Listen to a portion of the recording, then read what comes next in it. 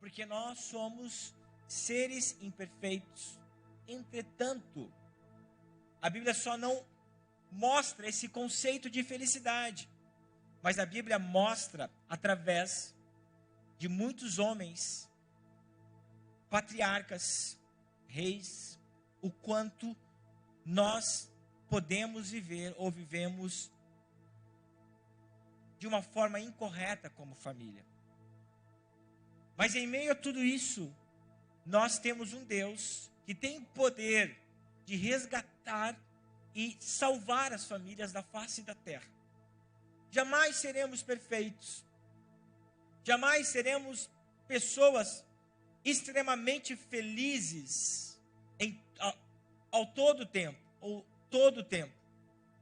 Mas nós podemos desfrutar da bênção que o Senhor fala, que existe sobre as famílias, quando nós estamos vivendo os seus propósitos. A família, ela começa a partir da decisão de duas pessoas. Quando um homem e uma mulher decidem se casar. Eu sou casado há quase 15 anos com a Priscila.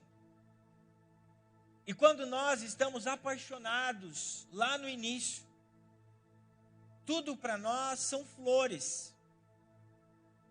O que eu mais queria era estar próximo da Priscila, porque nós tínhamos 1.200 quilômetros que nos afastavam um do outro. Eu estava tão desejoso em estar perto dela, que eu não importava onde eu iria morar, se eu teria ou não teria cama, se eu teria ou não teria comida, mas o que eu queria e o que a minha alma ansiava era estar perto dela. Agora ainda mais. Então nós temos essa impressão, por causa do amor, do desejo, de estarmos próximos, de querer viver, de querer desfrutar da companhia. Mas, meu irmão, quando nós de fato entramos para o que é uma família, nós nos deparamos com inúmeras dificuldades. Nós percebemos que a maioria das coisas que nos foi vendido não é bem como nós pensamos. É quando nós fechamos a porta da casa, quando o pastor diz: felizes para sempre, vocês, o que Deus uniu, o homem não pode separar. Quando você fecha a porta, você começa a descobrir imperfeições do seu cônjuge. São culturas diferentes, são criações diferentes, são gostos diferentes, são hábitos diferentes, são manias diferentes do que a sua.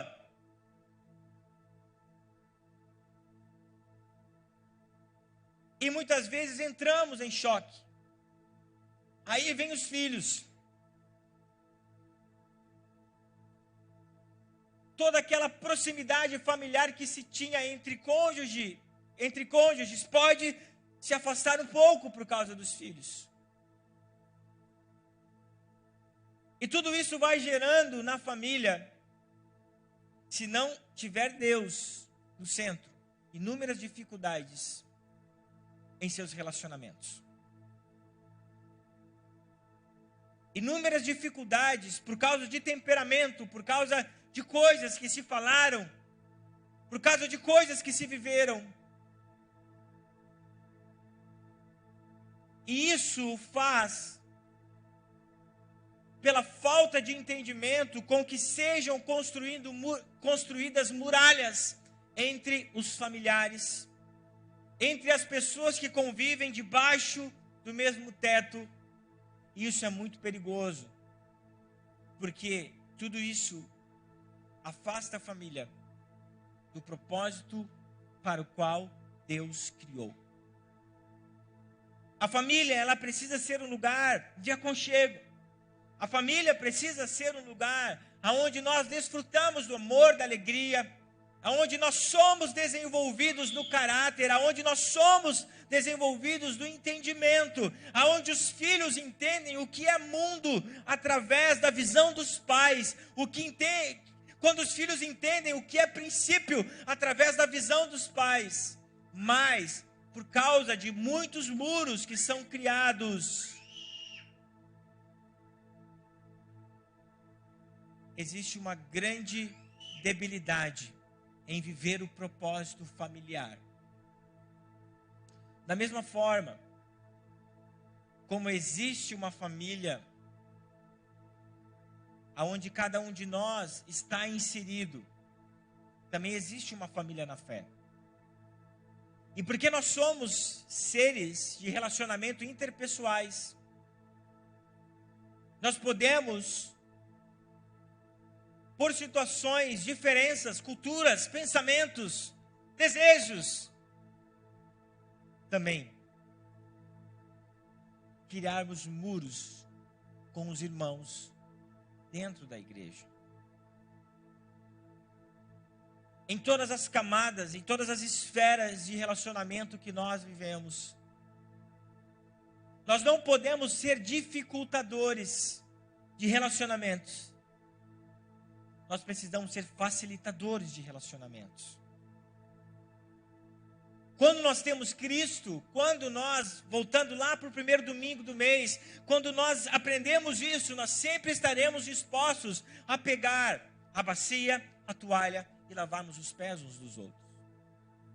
Mas ao invés disso, muitos preferem construir muralhas, anular pessoas da sua vida, construir muros enormes, grandes, intransponíveis, do que desejar viver em paz, do que desejar viver o princípio da palavra, o princípio da família, e o princípio familiar, o princípio da Bíblia, nada mais é, meus irmãos, do que perdão, do que abrirmos mão do nosso desejo, do que abrirmos mão do nosso orgulho, para vivermos o propósito de Deus aqui na terra.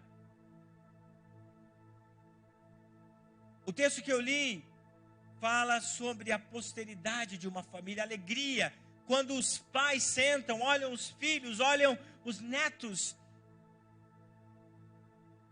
vivem a paz. O escritor aos Hebreus, no capítulo 12, versículo 14 e 15, fala sobre essa família que aqui nós temos, está reunida. Cada um tem um sobrenome, mas por intermédio de Cristo nós nos tornamos um corpo só. E o escritor aos Hebreus, no capítulo 12, versículo 14, diz o seguinte: esforçam-se.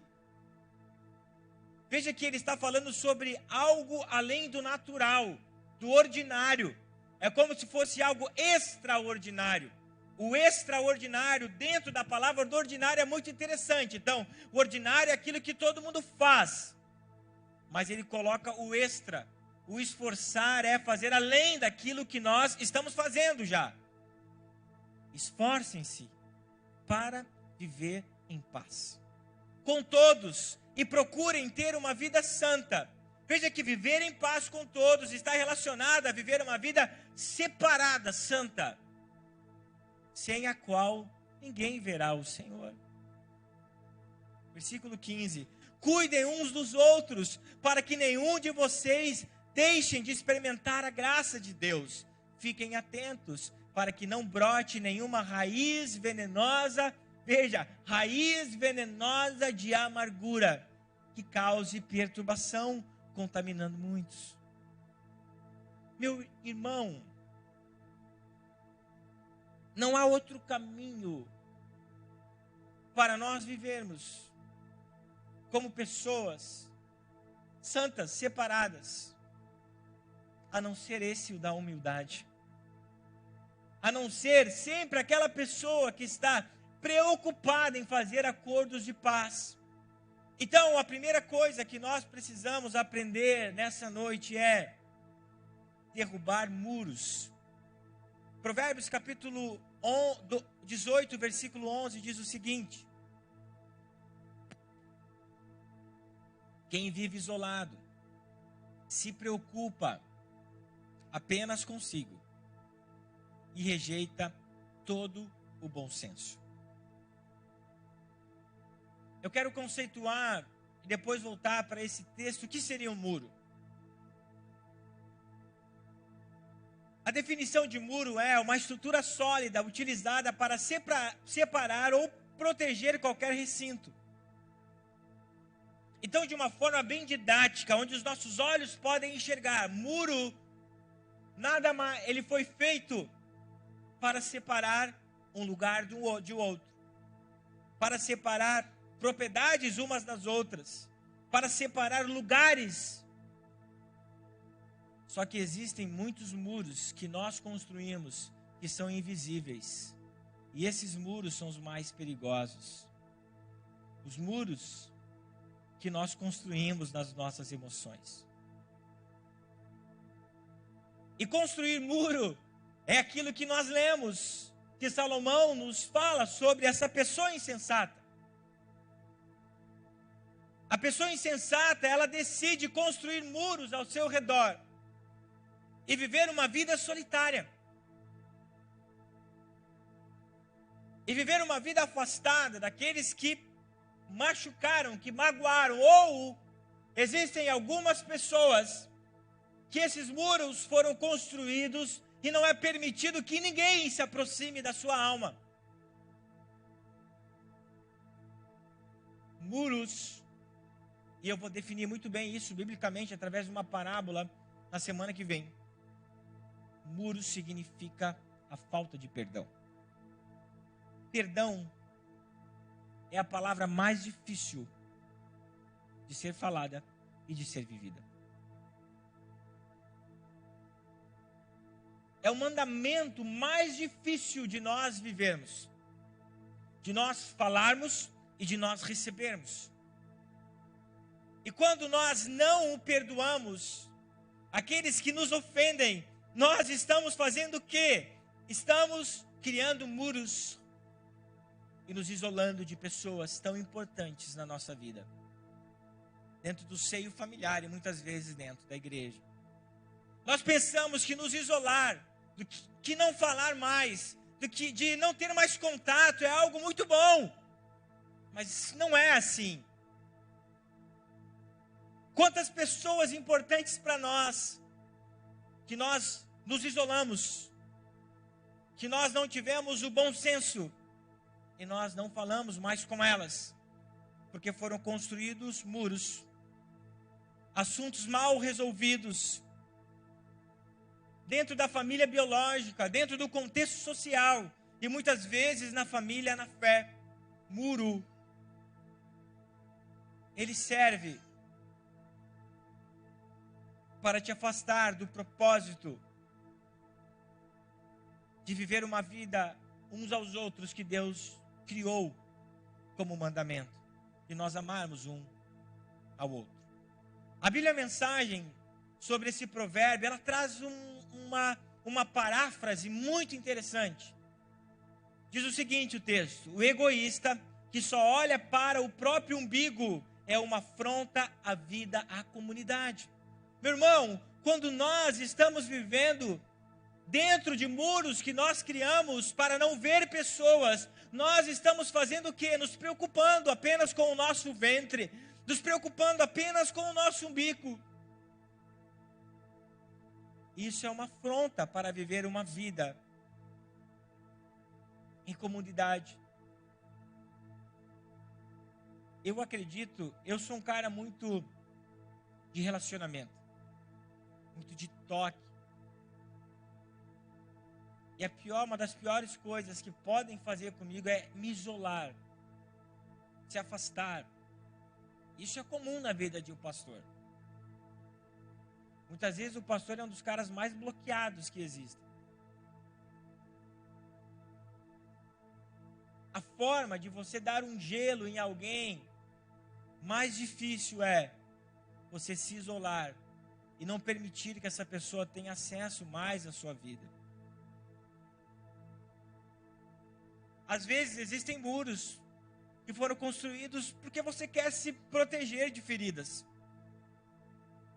Mas esses muros impedirão que você seja curado. E muros assim só podem ser derrubados através do perdão.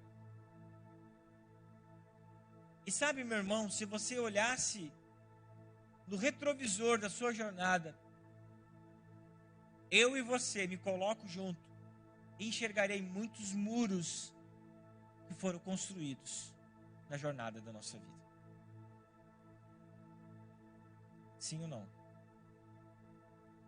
Somos peritos em isolar. Somos peritos em dizer que estamos nos protegendo. Mas, na verdade, nós estamos nos afastando do propósito de Deus para a nossa vida. Sabe, igreja, e o que eu quero gerar no seu coração nessa noite, biblicamente, é que esses muros que são difíceis para nós derrubar, apenas um tem a capacidade de fazer isso, e esse alguém é Cristo. Porque existem coisas que nós precisamos abrir mão, perdoar, que nós não conseguimos por nós mesmos. Por isso que Jesus, em Mateus capítulo 11, versículo 29, 30, ele diz: tomem sobre vocês o meu jugo, deixe que eu lhes ensine, pois sou manso e humilde de coração, e encontrarão descanso para a alma. Meu jugo é fácil de carregar, e o meu fardo que eu te dou é leve. Esses muros que nós precisamos derrubar, precisa ser pelos méritos de Cristo na nossa vida. E quando nós partimos nessa direção de destruir, existe uma segunda atitude que nós precisamos ter, que é construir pontes. Construir pontes é muito mais eficaz do que construir muros. O apóstolo Paulo, aos Efésios, no capítulo 2, versículo 14, diz o seguinte: porque Cristo é a nossa paz. É muito interessante o contexto desse versículo, porque nós entendemos que dentro da família da fé, entre os efésios ali estava tendo alguns problemas, entre os judeus e os gentios. Os judeus pensavam que eles eram o povo escolhido, que eles eram os prediletos de Deus, e por isso os gentios não tinham direito. Construíam muros nos relacionamentos, por causa das práticas gentílicas. Não que fossem pecados, mas de acordo com a lei mosaica, que havia sido a cerimonial derrubada por Cristo. Eles não entendiam, queriam continuar vivendo no seu modo. Então, Paulo diz, porque Cristo é a nossa paz. Ele uniu judeus e gentios em um só povo, ao derrubar o quê? O muro de inimizade que os separava. Sabe, igreja, a construção de pontes permite que distâncias que existem sejam resumidas, lugares de difíceis acessos sejam acessados. A construção de ponte faz com que destinos de pessoas sejam transformados. Olha só, biblicamente, não de uma forma sendo um coach falando para vocês, não. Biblicamente, a forma mais usada por Deus para abençoar pessoas é através de outras pessoas. Sabia? São conexões. Pontes é a forma de Deus trabalhar em nossa vida. Unir você a outras pessoas é a forma de Deus mudar destinos. É a forma de Deus mudar histórias. E às vezes você nem vai entender.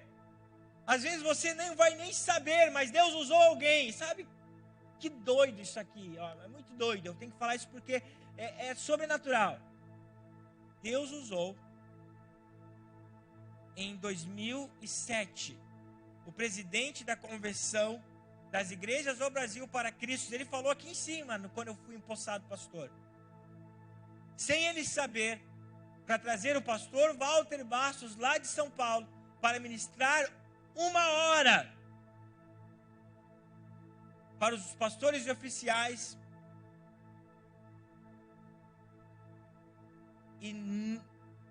porque ele ouviu Deus, não estou dizendo que foi só por causa disso, mas esse homem foi responsável de conectar ele e o Orkut, né?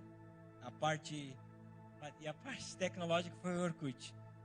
Não que eu sou do tempo do Orkut, tá? A Priscila é do tempo do Orkut. Usou ele para conectar a minha vida na vida da Priscila. Fabiana, alguém te apresentou a Edneia ou não? Ou tu que bisoiou ela? Tu que foi ligeiro? Quem é casado aqui? Alguém apresentou você para o seu cônjuge? Aqui, ó. É ou não é? Deus usa através de conexões, gente, de pessoas para mudar destinos. São pontes que Deus cria em nossa vida.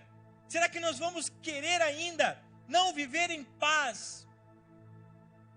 Será que ainda nós vamos procurar viver isolado e nos afastarmos do propósito de Deus, de vivermos a unidade, de vivermos a comunhão? Por isso que eu insisto, persisto. Vamos viver uma vida dentro da igreja, no templo, mas nós vamos conseguir ter vínculos nas nossas células, nós vamos conseguir ter vínculos nas nossas conexões, compreendendo um ao outro.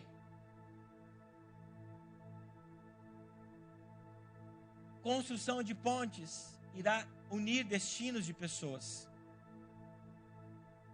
Mas alguns muros que têm sido construídos têm impedido que pessoas das famílias se encontrem. Grandes amigos se revejam.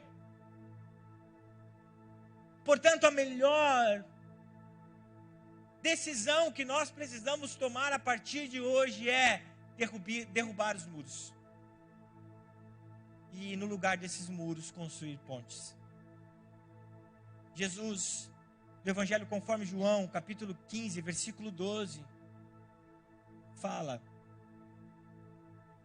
o que é essa ponte.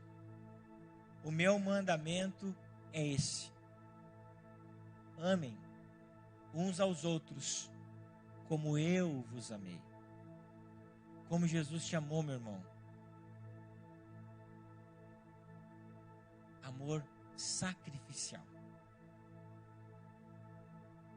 Se sacrificou por alguém.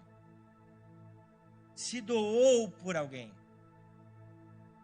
Decidiu não viver para ele mesmo, carnalmente, como homem na sua humanidade, e se entregou por alguém. Construir pontes é eu decidir unir o meu coração ao seu.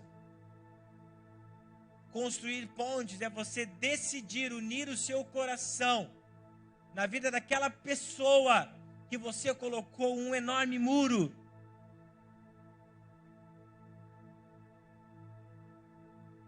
Derrubar muros, construir pontes. E o terceiro é fazer acordos de paz. 2 Coríntios capítulo 5, versículo 18. E tudo isso provém de Deus, que nos reconciliou consigo mesmo por meio de Cristo Jesus. E Ele colocou um ministério na sua vida. Ele deu algo para você. E esse ministério se chama reconciliação. Ele nos reconciliou, nos ensinou a amar, nos ensinou verdadeiramente o que é o amor do Pai e nos deu um ministério de reconciliação. O novo nascimento permitiu a nossa reconciliação com Deus e, consequentemente, recebemos a legalidade do Pai de pregarmos a reconciliação. Isso quer dizer viver em paz um com o outro. Se nós falamos que amamos a Deus, conforme 1 de João fala, mas não amamos o próximo, nós estamos mentindo. Nós estamos vivendo uma calúnia. E corre o risco de nem no céu nós chegarmos. Ora, nós estamos cumprindo só um mandamento, e o outro mandamento que é importantíssimo, nós não estamos cumprindo. Não estamos desejosos em fazer acordos de paz. Efésios 2,14, parte do versículo, na versão revista e corrigida, Almeida fala: porque ele é a nossa paz, o qual de ambos fez um. Veja que, presta atenção, olha a analogia de Cristo e a igreja, a noiva e o noivo. O que o Senhor falou na criação? Os dois são uma só carne. E o corpo de Cristo, ele também precisa ser um só.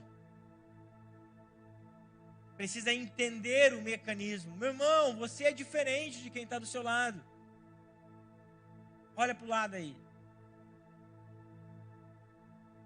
Você pode até gostar, está do lado da esposa ou do esposo, mas você é diferente. É ou não é? Mas mesmo assim, você precisa viver a reconciliação. Aquilo que Jesus gerou no coração, no nosso coração, se sacrificando, nós precisamos, a partir de hoje, derrubando os muros e construindo pontes, praticar aquilo que Cristo nos ensinou. Nós somos distintos uns dos outros. Dentro da sua família, dentro da sua casa, debaixo do seu teto, dentro da igreja, não somos perfeitos, mas nós estamos alicerçados no Senhor. E estarmos alicerçados no Senhor faz com que nós vivamos em paz. O ministério pode subir e eu quero contar para vocês uma parábola, eu quero ler uma parábola, não é uma parábola bíblica, mas parábola, ela tem por objetivo contar uma história em comparação. A parábola bíblica, ela tem o objetivo de mostrar através da parábola as coisas espirituais e as coisas dessa terra. É colocar ao lado para que você possa comparar uma com a outra. A parábola bíblica, ela tem justamente esse sentido. Nós temos aqui dois, eu ia chamar isso aqui de palco, como é o nome disso aqui, meu irmão? Dois coisos. Dois aparadores iguais, é ou não é? Mas eles são iguais, ao mesmo tempo diferentes. Esse aqui é maior, então seria o perfeito, o que é espiritual. Esse aqui é o menor, aquilo que é material. As parábolas de Jesus, elas são em comparação, para mostrar a perfeição do que é espiritual e aquilo que é menor, que está relacionado às coisas da terra, que precisam se comparar às coisas do alto. E essa parábola que eu vou contar para vocês não é uma parábola bíblica, mas ela vai fazer com que nós entendamos muito bem aquilo que eu estou falando. Pode deixar o pad até eu terminar. Depois pode abrir eles, por gentileza. Preste atenção. Já fez tudo que tem que fazer aí para prestar atenção? Se quer fazer xixi, segura a onda aí. Opa, vai lá, irmãzinha. Vai lá, minha irmã. Você não, só de 80 anos para baixo segura a onda e não vai. Preste muita atenção. Presta atenção. Estão prestando? 2 irmãos moravam em fazendas vizinhas. Para se encontrarem, precisavam percorrer uma longa estrada que margeava um rio que separava as suas fazendas. Apesar do cansaço, faziam a caminhada com prazer, pois se gostavam e cuidavam um do outro. Um certo dia, após toda uma vida, tiveram uma grande desavença. Um pequeno mal-entendido explodiu numa troca de palavras duras, e os irmãos então deixaram de se falar. Numa manhã, alguém bateu a porta do irmão mais velho. Era um homem com uma caixa de ferramenta na mão e perguntou: procuro trabalho, tem serviço para mim? Sim, disse o fazendeiro, tem um trabalho para você. aquela fazenda é do meu irmão. Brigamos e não posso mais suportá-lo. Há uma pilha de madeiras perto do celeiro. Construa uma cerca bem alta, para que eu não o veja mais. Entendo, disse o carpinteiro. Meu trabalho lhe satisfará. Mostre-me onde estão os martelos e os pregos, e eu farei um trabalho que lhe deixará satisfeito. O irmão mais velho entregou o material e foi à cidade. O homem trabalhou arduamente. Anoitecia quando terminou. O fazendeiro chegou, mas no lugar da cerca havia uma ponte que ligava as duas fazendas. O fazendeiro enfureceu-se. Você é muito insolente em construir essa ponte depois de tudo que eu lhe contei. No entanto, ao olhar mais uma vez para aquela ponte indesejada, viu seu irmão hesitante no meio da ponte. Por um momento, os dois puderam se olhar novamente. Após longo período de distanciamento e solidão, então, o irmão mais novo saiu correndo de braços abertos em direção ao irmão mais velho. Por fim se abraçaram, choraram e se desculparam. Emocionados, viram o carpinteiro arrumando as suas coisas e partindo. O fazendeiro mais velho então lhe disse: espere, fique conosco mais alguns dias. Tenho outros projetos. Você é um carpinteiro admirável. O carpinteiro respondeu: adoraria ficar, mas tenho outras pontes para construir. É um autor desconhecido. Carpinteiro. Jesus veio ao mundo, deixou sua glória, deixou a sua majestade no céu, se humilhou para se tornar um carpinteiro, nos reconciliar com os pais, com o Pai, para que nós pudéssemos, através dele, através do perdão dele, nos reconciliar uns com os outros. Meu irmão,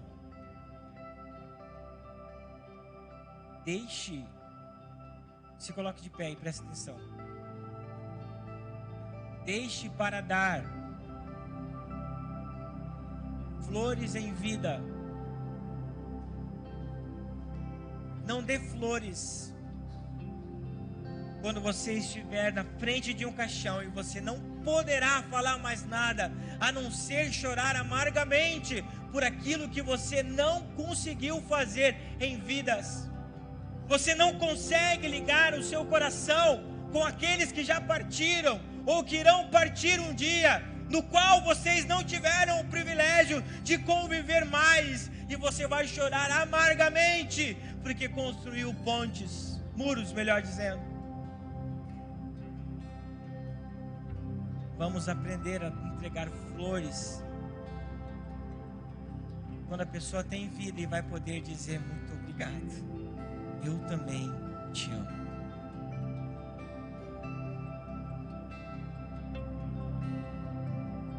Enquanto nós adoramos ao Senhor, eu quero que você feche os teus olhos, se possível nem canta.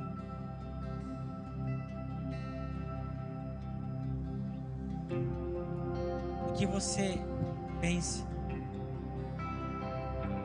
Deixe que o Espírito Santo de Deus trabalhe no seu coração. Não abafe o Espírito Santo. Ele vai te mostrar quais são os muros que você construiu.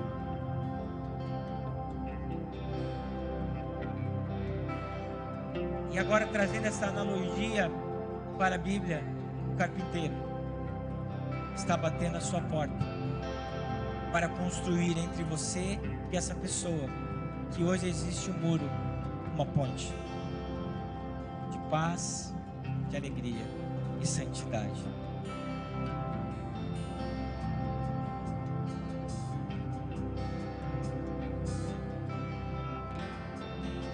Sabemos quem tu és, Deus de milagres, infinito é o teu poder. E tudo que fizeste no passado, farás outra vez. Nem correntes, montes ou barreiras te impedirão, pois tens todo o poder. Mortos vivem e os que estão perdidos serão restaurados. Tens todo o poder. Na escuridão, faça a luz brilhar, faça a luz brilhar. Deus, avivamento, com fé cantamos, a morte foi vencida, tu é a vitória. Deus, avivamento,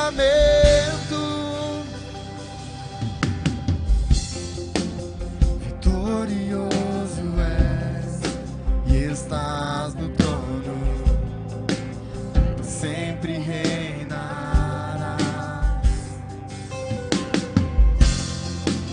E eu não temerei, pois já venceste, só em ti confiarei.